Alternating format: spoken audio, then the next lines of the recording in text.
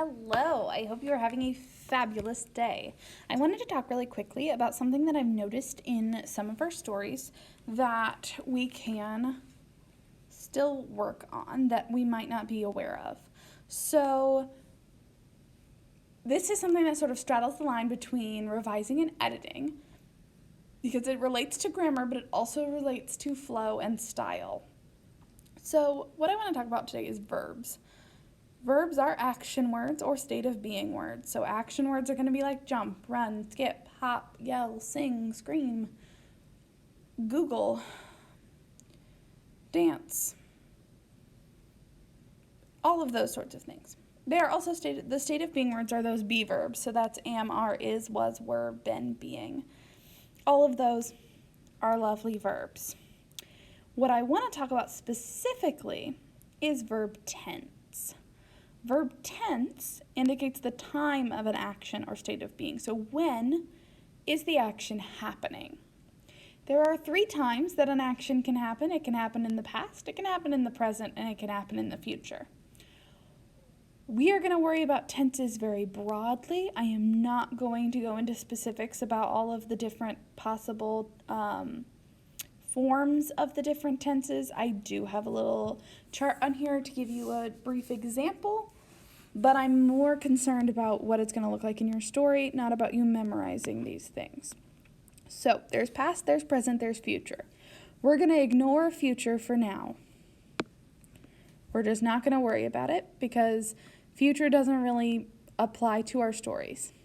You're not going to tell your whole story in the future tense. It would be very confusing. You might have a character say something in the future tense, like in dialogue or something like that, but it's not going to show up in your narration. So we're not going to worry about the future tense right now. That's just going to wait till later.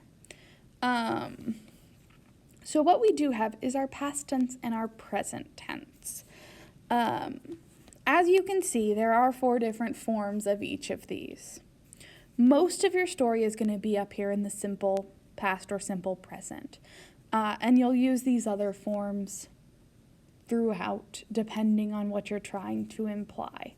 I'm not super worried about that. I haven't seen lots of issues with the various forms of one of them. What I have seen is some people flip-flopping between past and present tense. So that's what I want to talk about, is thinking about past and present tense carefully so that we are not flip-flopping between them in terms of when our story is happening, because we want it to be clear to our reader when things are happening in relation to each other, and it will be very confusing if sometimes things are happening right now and sometimes they're happening in the past, but they seem to be happening all at the same time.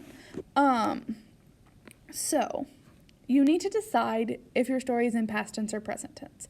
You've probably mostly decided one or the other by now. You might just have a few little mix-ups here and there. Most stories are told in the past tense. That does not mean that yours has to be past tense. I have read some very lovely stories written in present tense.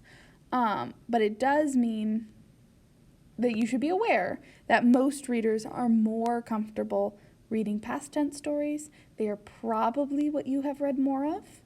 But again, present tense is fine. It's good. It works. It is usually a bit more novel, which means it's a little bit more unique. I think when I talked about point of view, I talked about how putting a second person narrative with a present tense, with present tense verbs could do a lot for the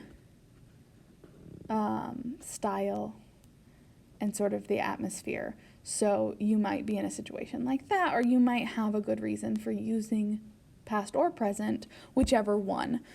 You just want to pick one. And then you want to avoid the flip-flopping between tenses. So let's look at an example. As you can see in this example, I have some dialogue. My dialogue is in present tense. I did not change that because why people aren't going to talk in past tense. That doesn't make sense. Even if the events are happening in the past, the narration can be past, but the actual dialogue itself, like the words the characters say out loud, are going to be present unless they're saying something in past tense. If you're like, oh, we went to the store, then obviously that's in past tense. So the actual dialogue itself, the words characters say, that's sort of separate from the narration. They don't necessarily have to be the same because those are supposed to be the words the character actually says out loud or said out loud. So the same words work whether the rest is past or present. So for example, let's fill this in with present tense verbs first. So I could say, just why don't you look at it for a moment and see what kind of verbs you would fill in. Make it present tense.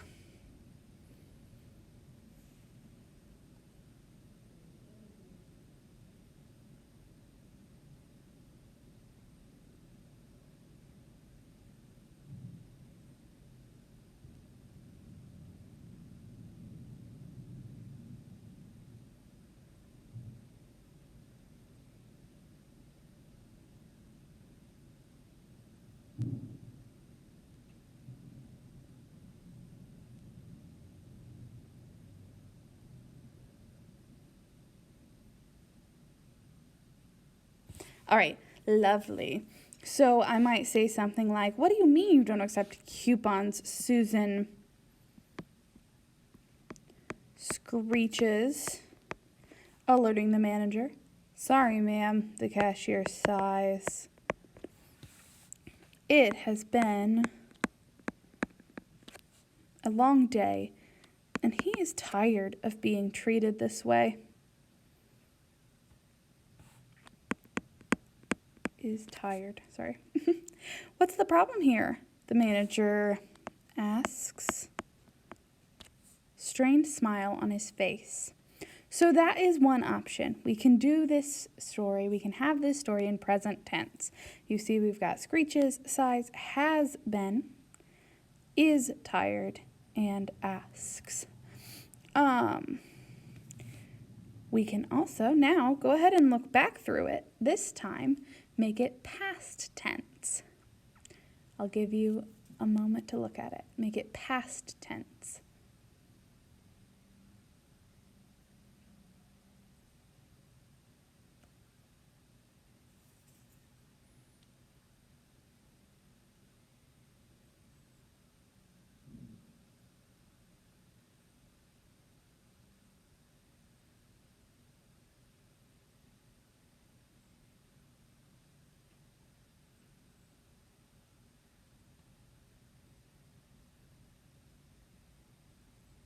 All right, so if we wanted to make this past tense, I'm going to make my eraser a little smaller here. What do you mean you don't accept coupons? Susan screeched. Sorry, ma'am, the cashier sighed. It had been a long day, and he was tired of being treated this way. What's the problem here? The manager asked, strained smile on his face. Okay, so you can see that it's not that difficult to switch from past to present, but it sometimes is really easy to accidentally switch. It's easy to accidentally write not the one you were going for.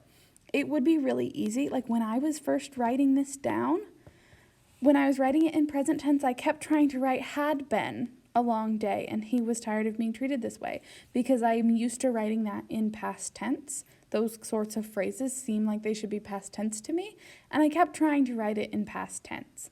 But if the rest of my story is present tense, I can't just have a random past tense sentence in the middle of my narration. That would be really confusing. So I had to really think about it.